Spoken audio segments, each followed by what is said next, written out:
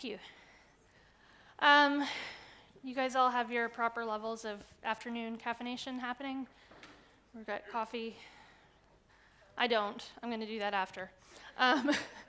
Otherwise, I'd be speed talking through this. So I just want to say I'm extremely excited to be here and to get to talk to y'all today, mostly about what happens on the receiving end of our automations in design, and show you some examples of what happens when we do it wrong and what it takes to get it right. So to start out, I've done it wrong. I am doing some automated tweets on Twitter right now at Be Particular, and they started tweeting 5 minutes ago. So good reason to not schedule your social media.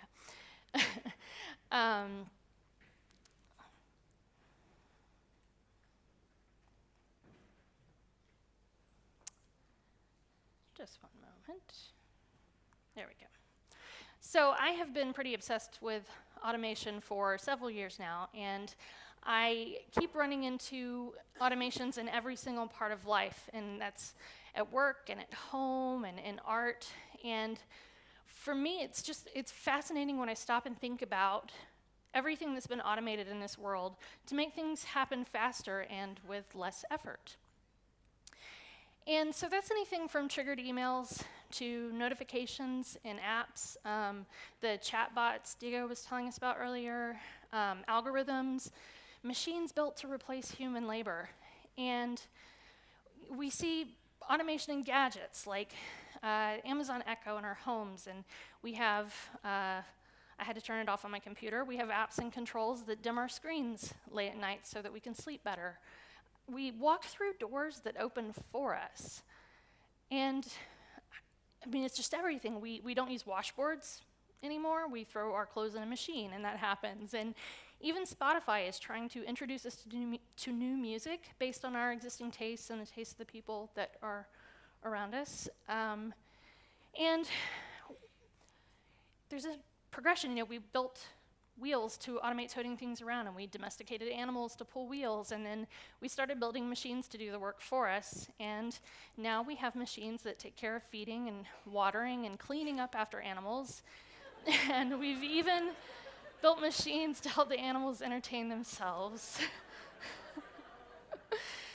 Yeah, it's this drive that just never stops. Wait, hang on.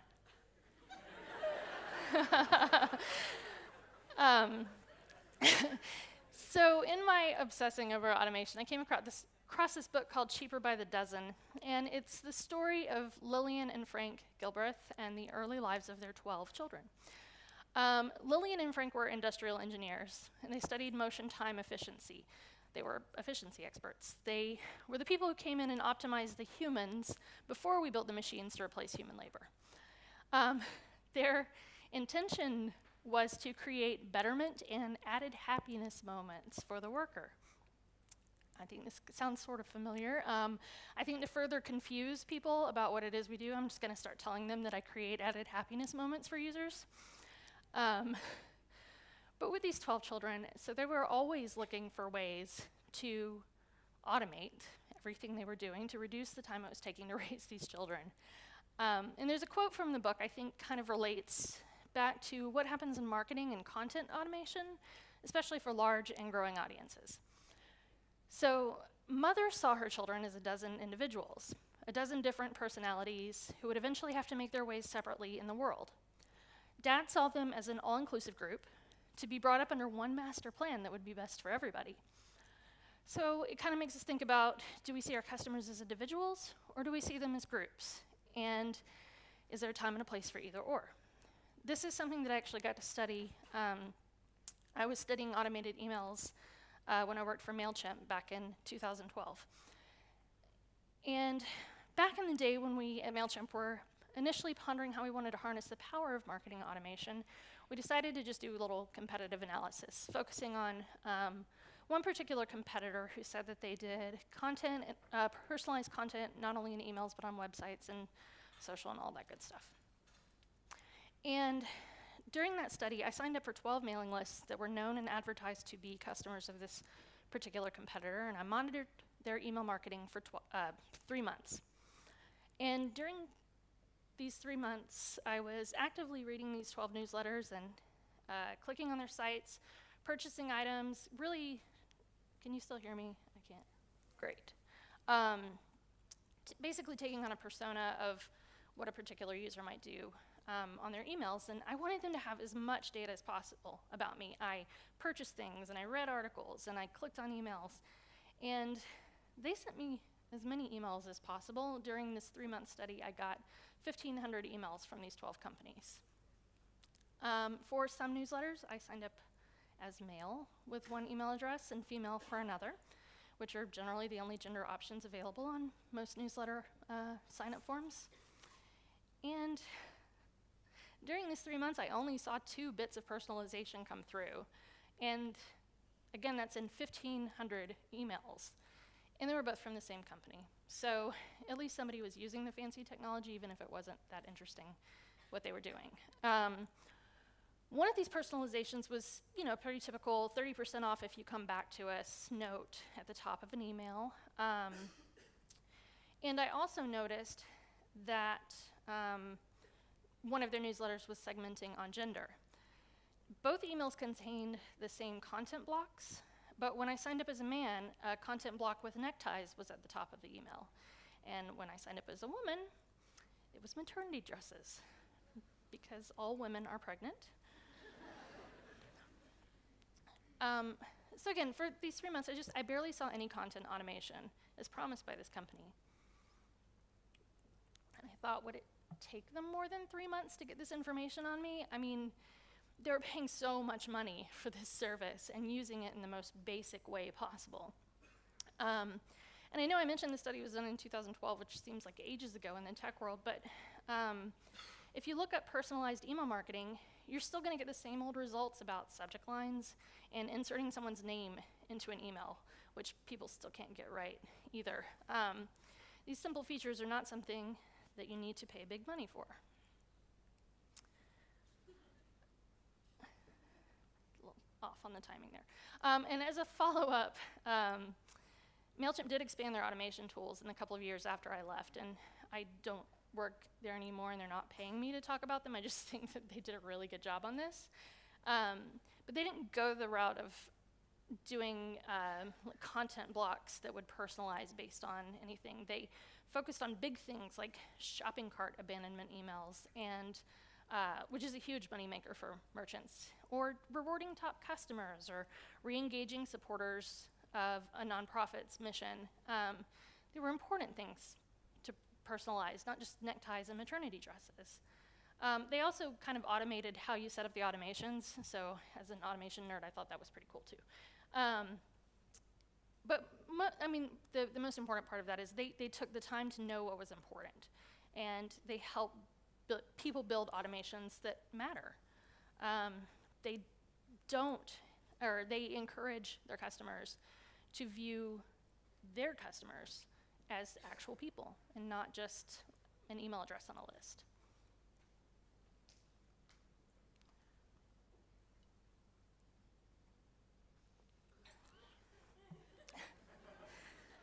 So the sad thing about automation is so often it's designed to save time and money for the person creating it, and not their actual users.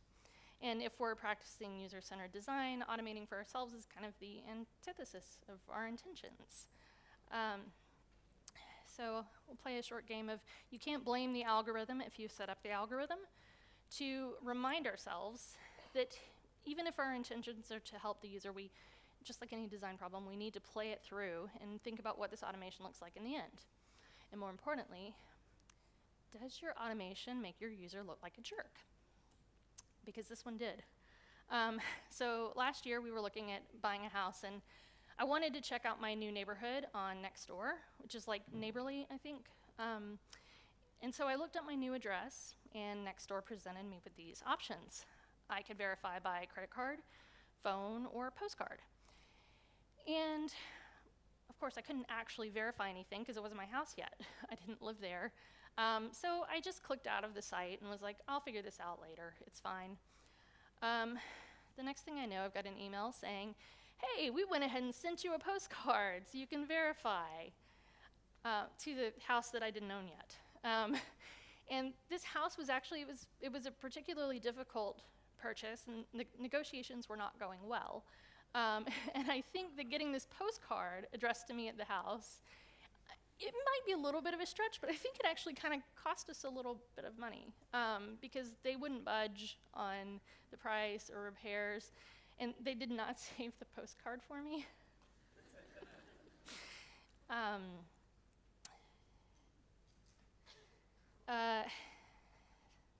WTF, Google.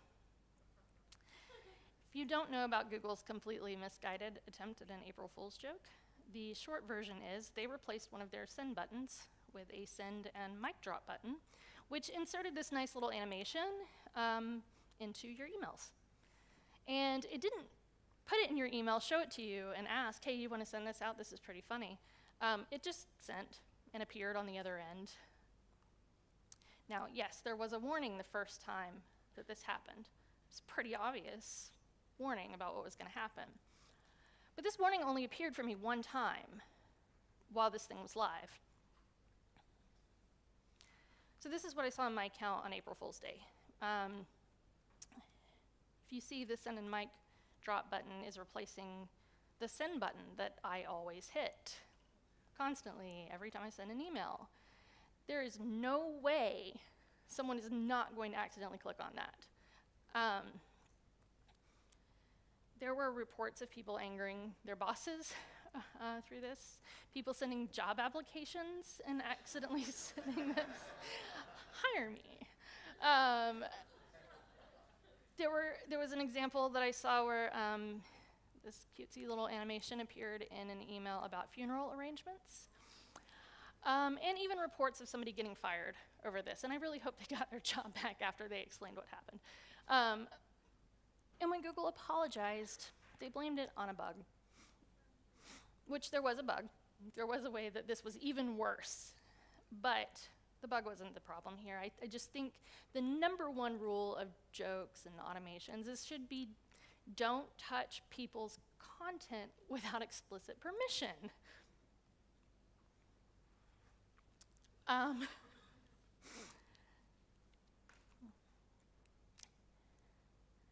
Another automated system that is 100% completely lacking in empathy for its users at its very core are automated phone systems.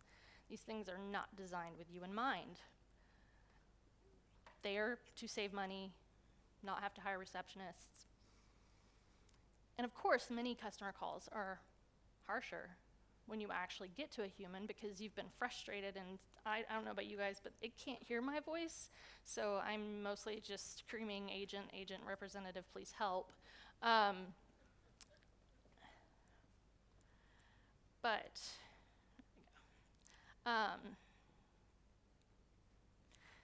This is not something I dreamt up in my worst case scenario land that I live in sometimes. This is real. This is describing an automated phone system for a crisis hotline. Someone is actually in crisis. They might want to harm themselves, and they're calling this hotline, and they don't get to a person. And I have to wait to option 3 if I'm calling about domestic abuse, and so I guess they've decided the hierarchy of trauma. But this is terrifying to me. And it's so often when we use algorithms to communicate with people, they have unintended consequences. There's a very well-known Facebook example, letting you know that you have memories based on the day your wife died, perhaps. That happened to a friend of mine in 2015. Facebook takes a lot of heat for their automations, but they just do so many dumb things. Like taking out the human journalist aspect out of their trending topics and leaving it to a half-baked algorithm to sort out fake news stories. And I don't really think it's working right anyway. This screenshot I've got here, if you look there on the right, it's Nirvana and Jennifer Nettles, and this was on 9/11,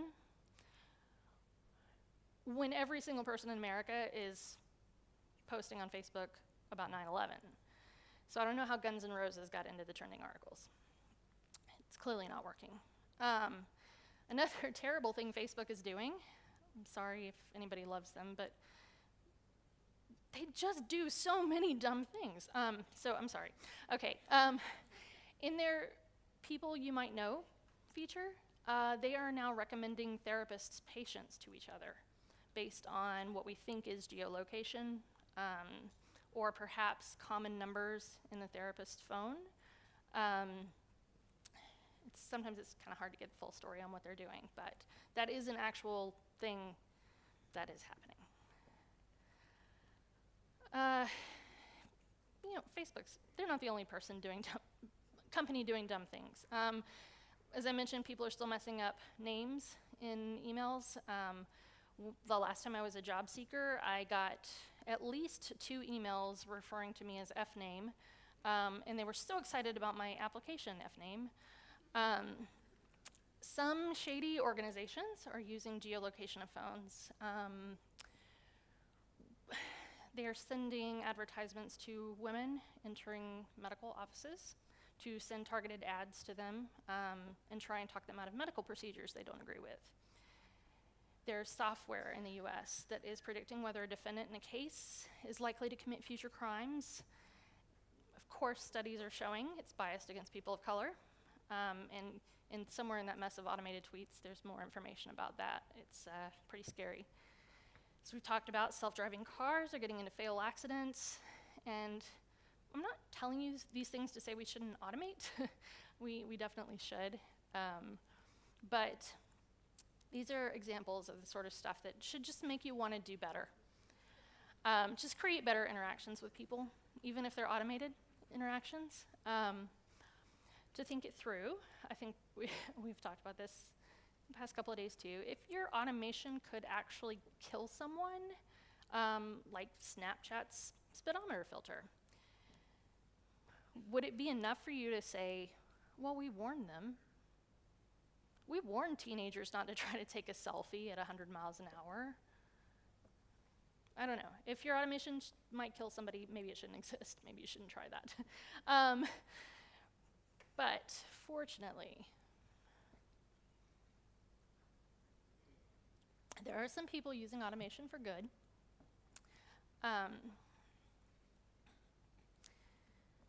And sometimes there are unintended positive consequences of features, like users hacking existing features to automate things for themselves. Amazon wish lists are being used by local animal rescue groups, like the one we got our Waylon from. He's the dark brindle one there. But instead of relying solely on monetary donations or item donations from local supporters, the Rescue Ranch is able to give a regularly updated list of items they need. And so they've got a very, very popular Facebook page with people all around our country are getting entertained by all the adorable Boston Terriers. They can contribute and send something that the puppies need. I've also seen wish lists used by homebound people who have lots of friends online, but don't necessarily have somebody to help them buy groceries or take them to doctor's appointments. And so they're letting their friends know, hey, if you want to help me, here's what would really help. I mentioned a negative example about Nextdoor, but I'm also going to talk about how they're automating for good. In the crime and safety section of Nextdoor communities, users frequently report people as suspicious because of the color of their skin. I have seen this happen in my neighborhood. Literally somebody posts, there's a black man walking on the street, what should we do? Let him walk on the street. But it's appalling, and thankfully Nextdoor noticed this. They noticed that they were having some unintended negative consequences around what they had built. So they studied it, and they claim that they have reduced posts containing racial profiling by 75% in their test markets by introducing this form to encourage people to note other identifying details of a suspicious person rather than just noting their race. And to come up with this 75% reduction, they analyzed every crime and safety post in these test areas, manually examining every post that used one of the hundreds of words that they had determined as could indicate a discussion of race. And then they had a diverse group of people from inside and outside the company read all the posts and rate the level of racial profiling on a scale of 1 to 4, not knowing if the person wrote it under the old system or the new system. And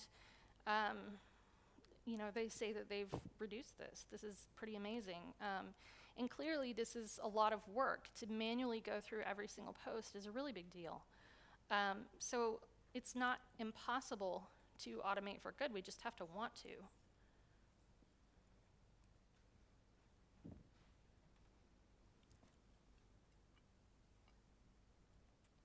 Okay, what you can't see in there is, there's no person holding that tattoo gun, it's actually a robot.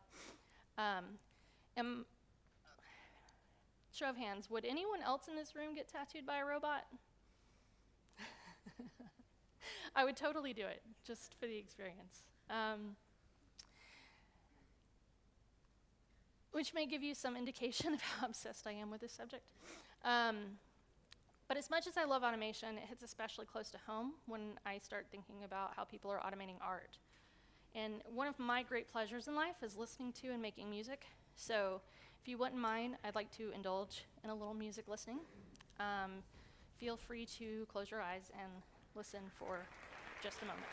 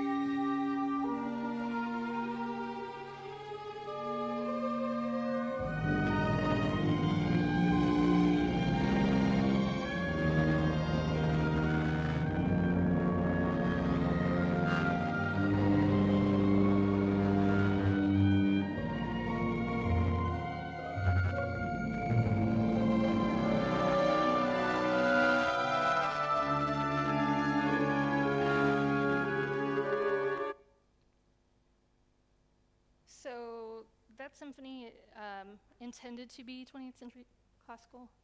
We can debate the merits of that. I happen to like 20th century classical, but that was a symphony written by a computer, played by humans.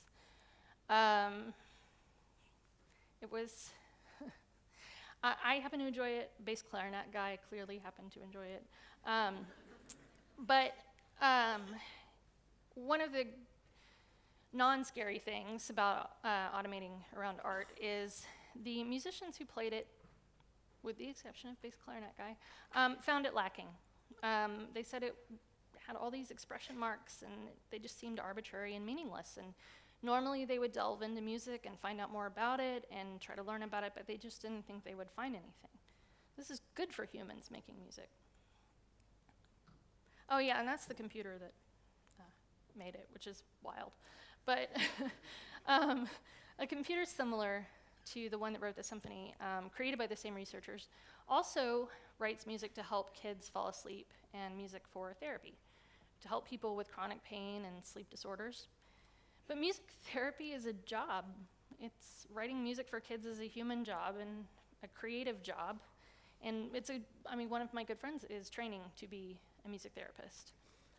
So while we might find something lacking artistically, music written by algorithm that can measurably help people, it's a good thing for humans, but also bad for the ones creating it. So it's very complicated. This particular robot artist was created by a human artist, Patrick Trichet, I believe is his name, and he was feeling a void in his art, and he now uses robotics to investigate human artistic activity and how humans relate to robots. Noted in a Vice magazine article, the artist asked the question, if robots can be designed to make humans empathize with them, it's cheesy, might they just be a hop, skip, and hydraulically enhanced jump away from empathizing with us? I think, though, the wonderful thing about art and making things from our own human hands, and hopefully what the robots can't take away, is the stories behind the art. They can't replace the living humans and our complicated emotions. They can't take away how we perceive art and how we apply the greatness of artists to our own lives. At least I'm telling myself that. I mean, microwaves have taken away the joy of cooking for some people. But the one thing we'll have is a robot creating art will never have lived the lives that artists have lived. And I don't think we'll mourn the robots when they are decommissioned. Or we might. Check out my scheduled tweets. So I want to think very quickly here what automation means for us in the UX world. Oh, poor guy. We have our own automated tools to help us do our jobs. We use services to help us run testing sessions. Optimal Workshop provides tools that help us conduct and analyze our research without all the manual creation of card sorting artifacts and speeds up our synthesis and analysis.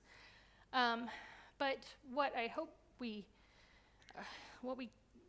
what I don't think we can automate is how we help create that empathy on our teams and in our companies. I know empathy is a bit of a buzzword, but it's an important part of our world. This fostering empathy for our users is why we write user stories and why we create user journeys. Building empathy is why we show our teammates a photo of one person in their workspace to remind people, look at this actual human person who uses our products. It's a much better way to do this than just showing charts and graphs and saying, oh, well, this many people failed to complete the task, or 10 people didn't know what that icon meant. It's not as powerful. And when we really want to feel for our users, I don't think there are any automated tools that are really helping us there. Although I did Google empathy algorithm, and there are some new studies measuring the empathy level of therapists. So I don't know, maybe empathy can be automated. But just so you're aware, as technology gets better and as automations improve, I am constantly questioning the premise of what I'm saying here and whether I should be saying it at all. And I really hope that one day we'll look back and laugh at how bad things were and how far we've come and how much better we're doing at automations.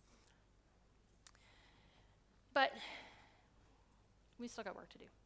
And we need to question, why do we even automate? We have to think about our motivations, the consequences and the impact to our users or for ourselves. When we talk about automating, a lot of times it's about saving time, saving money, providing more personalized experience for our customers. For the person who created the robot that can draw, he automated a robot artist to fill a place in himself that no longer enjoyed creating art. For Simone Yurts, she made a robot to help her argue on the internet. She's got some really great, horrible robots. It's amazing. For me, like I mentioned, I automatically tweeted a bunch of links because I could talk to you about this for like another hour, and you probably want to go home at some point. So, in Cheaper by the Dozen, the father, Frank, he tried to save time in his own life by shaving with 2 razors. He noted that he saved 44 seconds shaving, but he wasted 2 minutes putting a bandage on his throat. It wasn't the slashed throat that bothered him, it was the 2 minutes he lost. So I'm thinking maybe he should have invented something like a self-lathering brush to save time in a more efficient way. But when he was asked why we automate, the time efficiency expert said, for work, if you love that best, for education, for beauty, for art, for pleasure, for whatever you desire, if that's where your heart lies. Interesting motivations. Quite privileged motivations, I think, but a good reminder to consider our own motivations. So keep this in mind as we close. Why are you automating? Who are you automating for? Is it for you or is it for your user? Does your automation make your user feel terrible or look like a jerk in some way? What are the unintended consequences if something goes wrong? Treat this like any design problem. Play it forward, play it back, sideways, look at every angle, see how it's going to end up when it's in the hands of the user, and please watch out for the robots. Thank you.